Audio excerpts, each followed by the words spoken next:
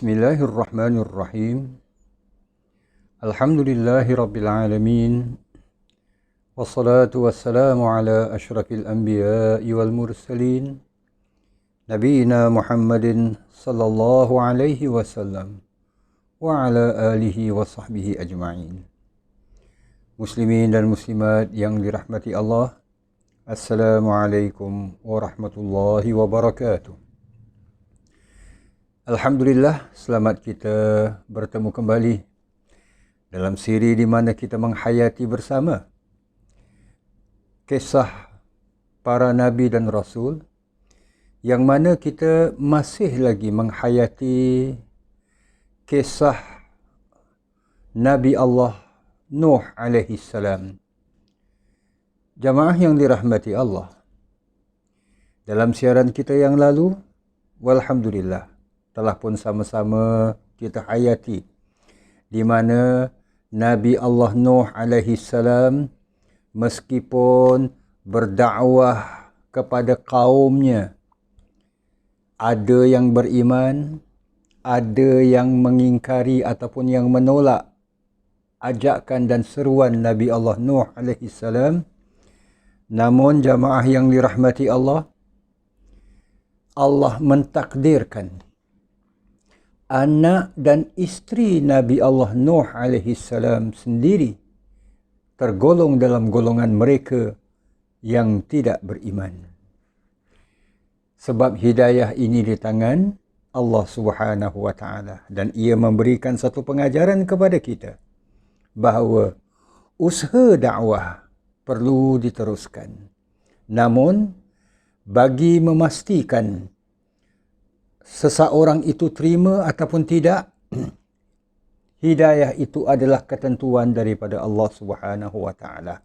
Di pihak kita sebagai manusia, hamba-hamba Allah yang kerdil ini, kita perlu terus berusaha untuk mengajak orang kepada agama Allah, mengajak orang kepada kebaikan dan seterusnya. Izinkan saya para jamaah menyambung kembali sejarah ataupun kisah Nabi Allah Nuh ini. Dan kita telah pun sama-sama sedia maklum, tempoh dakwah yang diserukan oleh Nabi Allah Nuh alaihi salam adalah satu jangka masa yang cukup panjang, 950 tahun. Jamaah yang dirahmati Allah, apakah dalam tempoh yang begitu lama Nabi Allah Nuh alaihi salam berdakwah dengan hanya setakat menyampaikan, dengan hanya setakat bersyarah, dengan hanya setakat berceramah kepada kaumnya, itu saja ke? Jamaah yang dirahmati Allah, ternyata Allah Subhanahu wa taala dalam surah Nuh menjelaskan bahawa Nabi Allah Nuh alaihi salam telah mempelbagaikan cara dan strategi dakwah baginda. Yuk kita tinjau kembali surah Nuh ayat 8 dan ayat 9. Di mana Allah Subhanahu wa taala berfirman menerusi lisan Nabi Allah Nuh alaihi salam, A'udzu billahi minasyaitonir rajim. Summa inni da'autuhum jihara. Ini luahan kata-kata Nabi Allah Nuh seperti mana yang Allah Subhanahu wa taala firmankan. Ayat 8. Kemudian kata Nabi Nuh, aku telah menyeru mereka dengan secara jihara, secara terang-terangan. Ayat 9 pula, Summa inni a'lantu lahum. Selain dari itu, aku berulang-ulang menyeru mereka secara beramai-ramai, wa asrartu lahum israra, dan menyeru mereka lagi secara berseorangan dengan perlahan-lahan, iaitu dengan sir. Jadi kita perhatikan ayat 8 dan ayat 9 surah Nuh ini. Nabi Nuh meluahkan bahawa baginda ini berdakwah jiharah. Aku berdakwah menyeru kaumku ini secara terang-terangan. Kemudian aku juga, kata Nabi Allah Nuh, a'lantu lahum. Aku menyeru mereka beramai-ramai dengan secara terus terang. Wa asrartu lahum israra. Dan aku menyeru mereka secara perlahan-lahan, secara sembunyi-sembunyi. Jamaah yang dirahmati Allah, inilah antara lain yang dimaksudkan dakwah jahriyah secara terang-terangan dan dakwah sirriyah, dakwah secara sembunyi-sembunyi.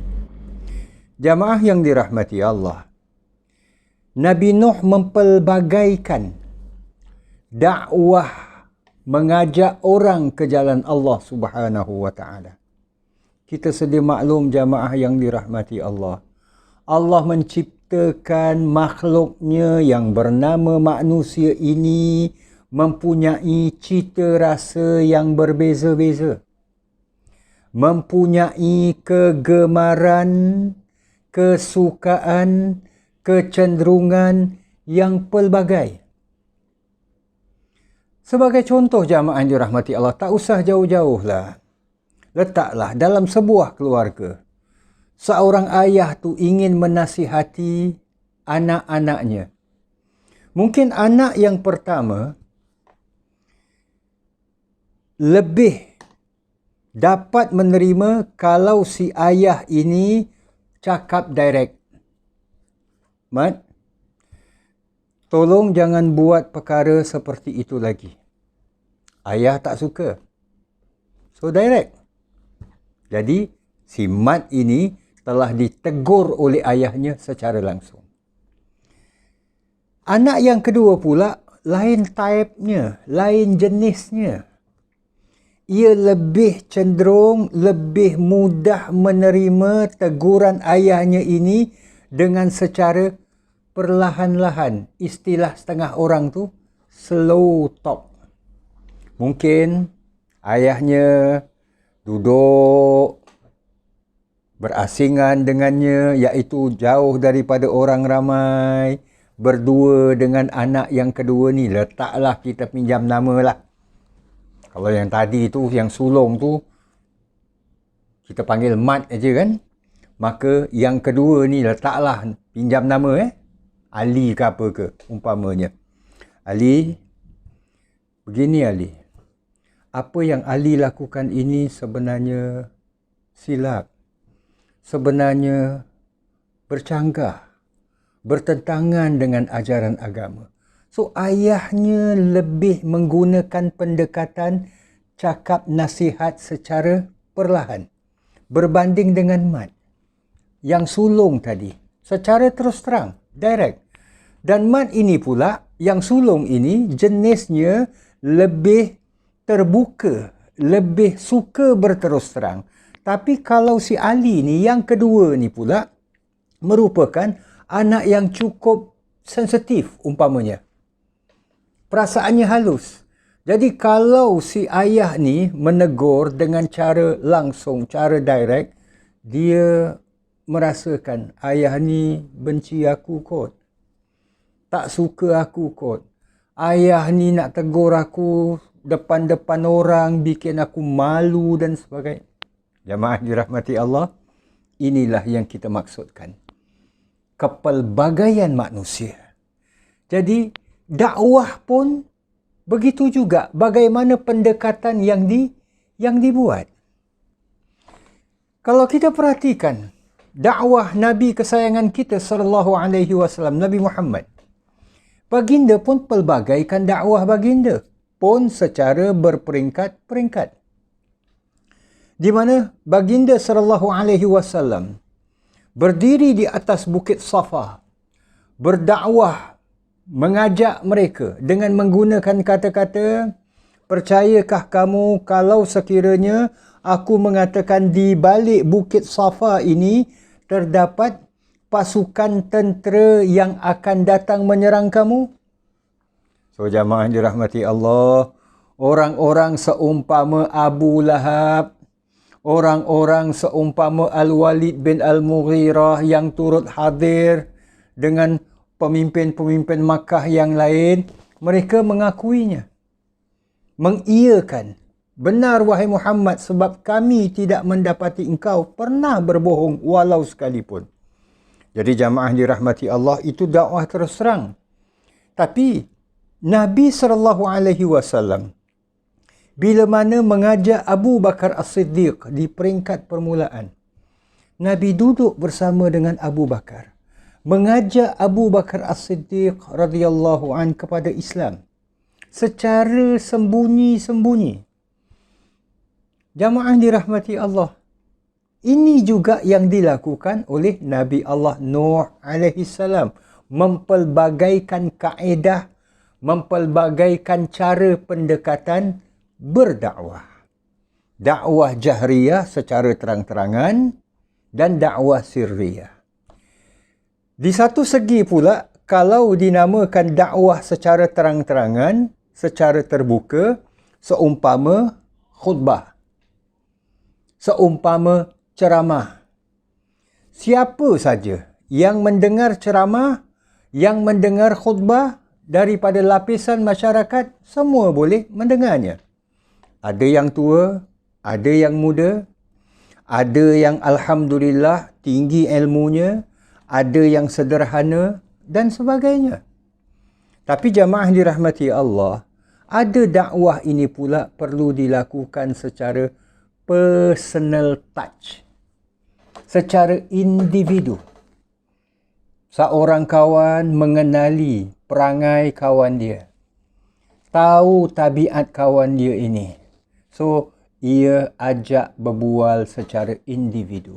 Jadi jamaah yang dirahmati Allah, Nabi Allah Nuh alaihi salam menyatakan bahawa baginda ini menyampaikan dakwah, mengajak orang ke jalan Allah Subhanahu wa taala dengan dipelbagaikan cara pendekatan. Sebab itu 950 tahun kalau gunakan kaedah yang sama saja, ceramah saja, khutbah saja, mungkin segelintir orang boleh menerima, tapi segelintir lagi tidak. Sebab miripnya, kegemarannya ataupun jenis manusia itu berbeza-beza. Seperti mana contoh tadi, antara Mat dengan Ali. Maka si ayah perlu pelbagaikan. Jadi jamaah dirahmati Allah, ini yang dikatakan dakwah bil hikmah. Dakwah dengan bijaksana. Seperti mana yang Allah Subhanahu wa taala firmankan, ud'u ila sabili rabbika, serulah ke jalan Tuhanmu bil hikmati wal mau'izatil hasanah, dengan penuh hikmah, dengan penuh kebijaksanaan, wal mau'izatil hasanah, dan juga pengajaran peringatan yang baik. Dengan hikmah, bijaksana, dengan pendekatan, dengan cara yang baik, peringatan yang baik.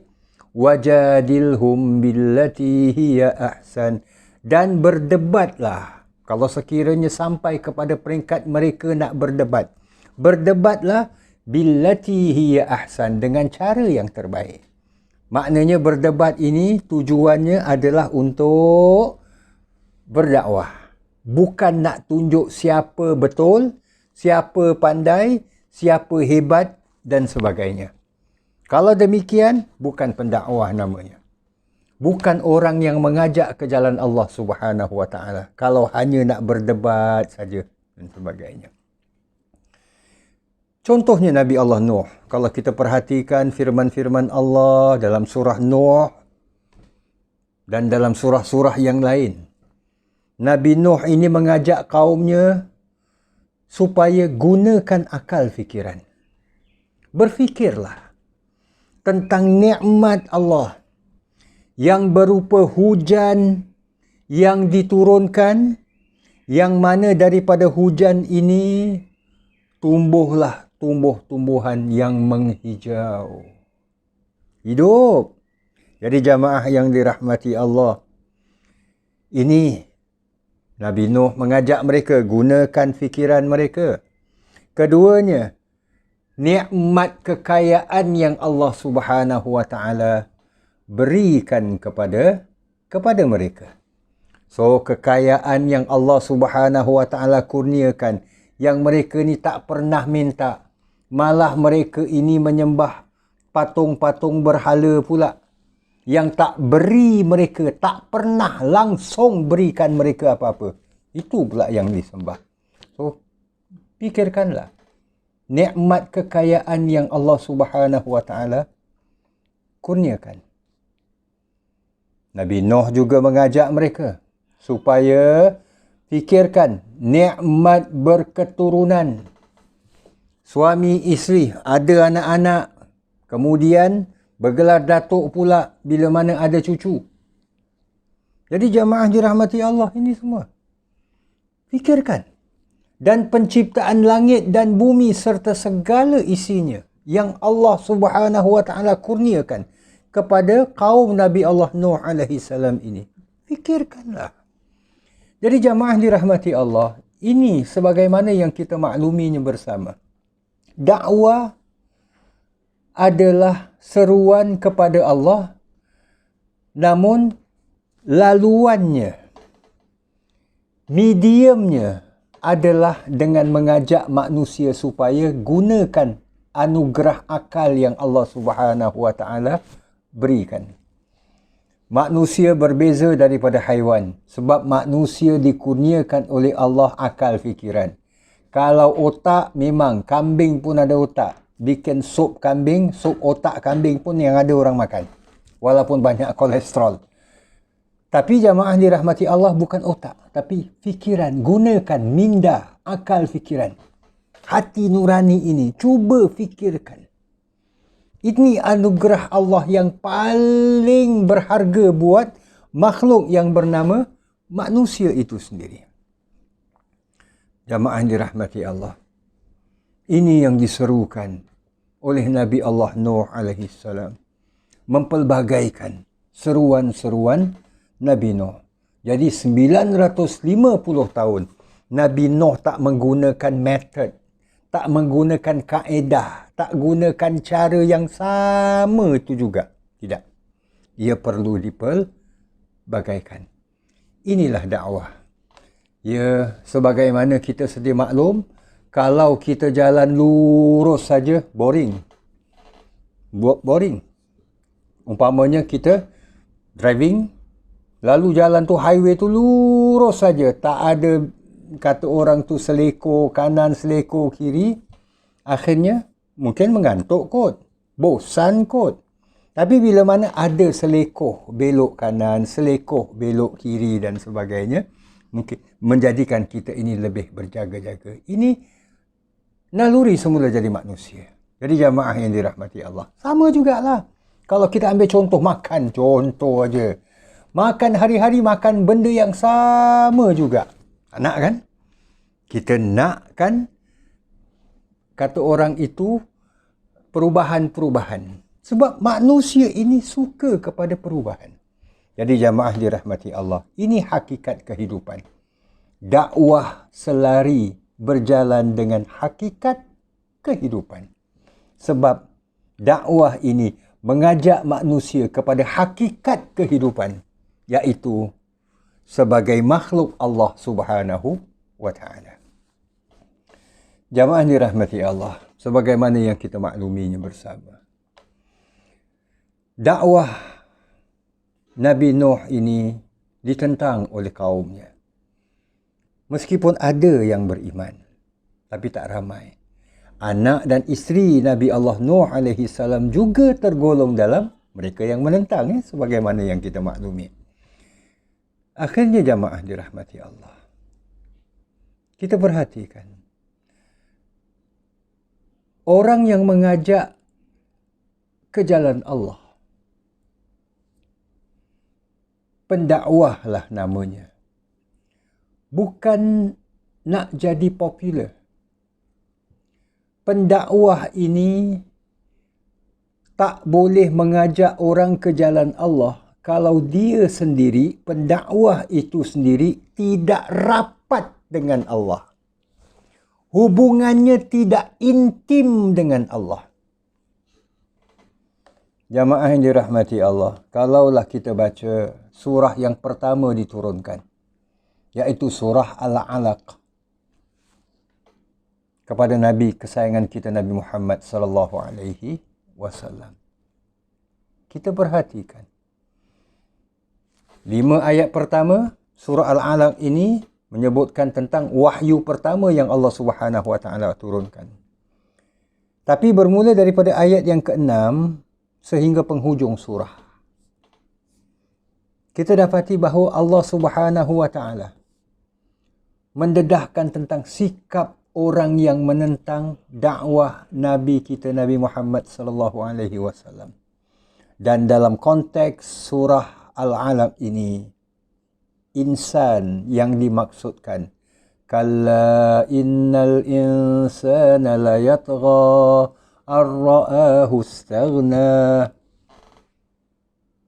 Jangan sekali-kali kata Allah, sesungguhnya manusia ini bersikap melampau batas apabila ia merasakan dirinya ini serba cukup. Siapa dia? Dalam konteks surah Al-Alaq ini, Allah mensifatkan orang itu adalah Abu Jahal, penentang Nabi kita Nabi Muhammad sallallahu alaihi wasallam. Yang ingin kita lihat adalah di penghujung surah, ayat terakhir. Apa yang Allah pesan kepada Nabi kita? Kalla la tuti'hu. Jangan wahai Muhammad, jangan kamu taat kepadanya, patuh kepadanya, kalah kepadanya, tunduk kepadanya, jangan. Wasjud waqtarib. Hendaklah engkau sujud dan hendaklah engkau mendekatkan dirimu kepadaku, kepada Allah maksudnya. Ini dia. Hubungan pendakwah ataupun da'i ini dengan Allah hendaklah hubungan yang intim, yang rapat. Ia sering beribadah kepada Allah. Ia sering bermunajat kepada Allah.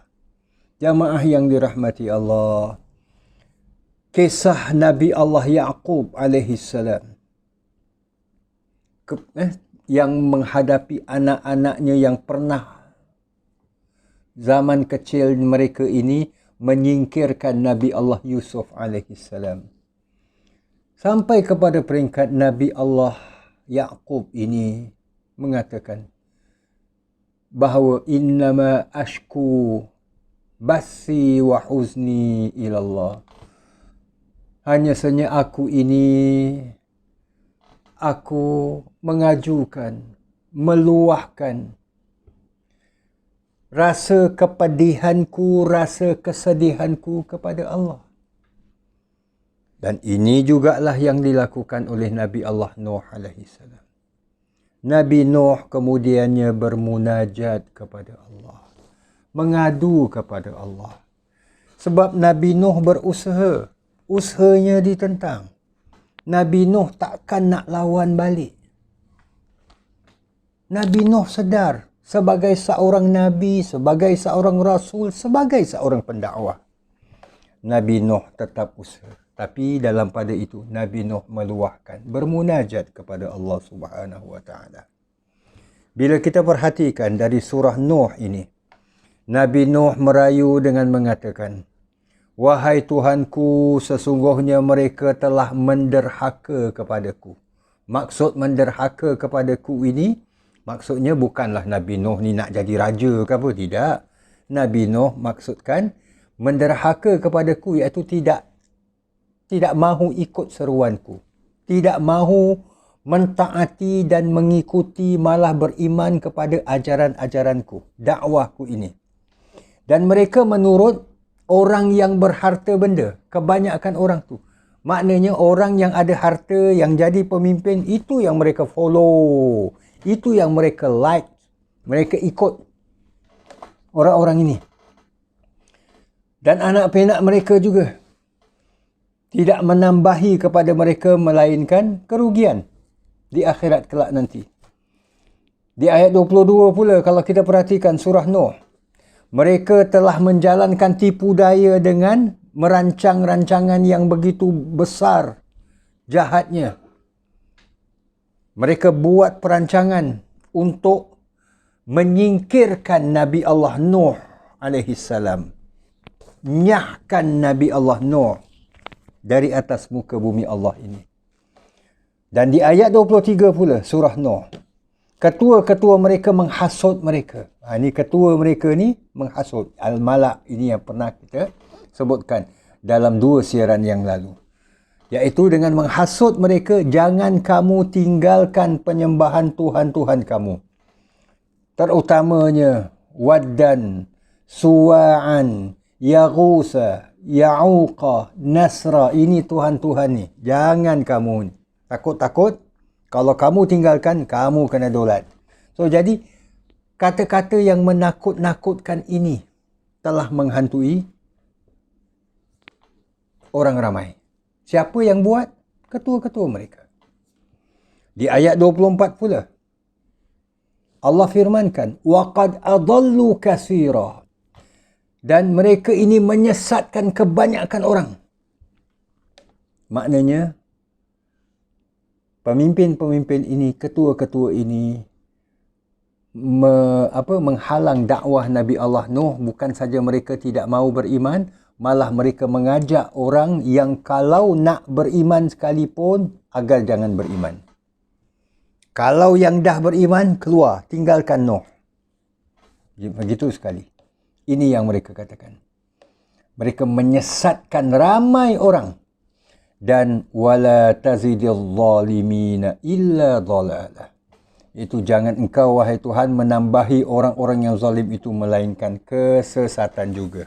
Ini yang diminta oleh Nabi Allah Nuh alaihi salam. Jadi jamaah yang dirahmati Allah, perhatikanlah. Inilah luahan-luahan yang diluahkan oleh Nabi Allah Nuh alaihi salam. Bukan bermakna Nabi Nuh telah putus asa. Tak, tidak mungkin. Wala tay'asu min rauhillah. Ini peringatan daripada Allah secara umum buat umat manusia, terutamanya para nabi dan rasul. Jangan kamu berputus asa dari rahmat, daripada kasih sayang Allah. Jangan. Jadi, seru. Tapi Nabi Nuh meluahkan. Sebab Nabi Nuh, kata orang itu, berhadapan dengan penentangan-penentangan yang begitu dahsyat. Jadi jamaah yang dirahmati Allah, kerja dakwah ini bukan mudah, bukan senang, bukan ringan. Bukan kata orang ini boleh tangkap muat, boleh gunakan apa kata orang tu jalan pintas. Tidak. Ia perlu dilakukan. Dan macam disebutkan tadi, pendakwah, hubungan pendakwah dengan Allah mesti rapat. Sebab kita bukan mengajak orang kepada hidup hore-hore, kata orang tu. Kita bukan mengajak orang untuk kita ni jadi popular. Untuk menjadi kita ini famous, dikenali dan sebagainya. Tapi kita mengajak orang ke jalan Allah adalah mengajak orang kepada Allah. Mengajak orang ke jalan Allah tapi untuk populariti kita dengan sendirinya. Itu tak betul. Itu adalah penyimpangan daripada jalan dakwah. Jadi jamaah dirahmati Allah, bila Nabi Nuh menyeru, merayu, bermunajat, meluahkan apa yang ia hadapi dan ia rasa kepada Allah Subhanahu wa taala. Allah, Tuhan yang Maha Pengasih, lagi Maha Penyayang, tidak pernah mengabaikan doa dan permintaan hamba-hambanya. Lebih-lebih lagi hamba-hambanya yang menyeru ke jalan Allah. Allah sendiri telah berfirman, dah menyatakan, in tansurullah, jika sekiranya kamu membantu menyebarkan agama Allah, yansurkum, Allah akan bantu kamu, Allah akan menolong kamu. Nabi sendiri pernah menyatakan, menjelaskan, wallahu fi aunil abdi ma damal abdu fi auni akhi. Allah sentiasa akan memberikan pertolongan selama mana seorang hamba itu memberikan pertolongan kepada saudaranya.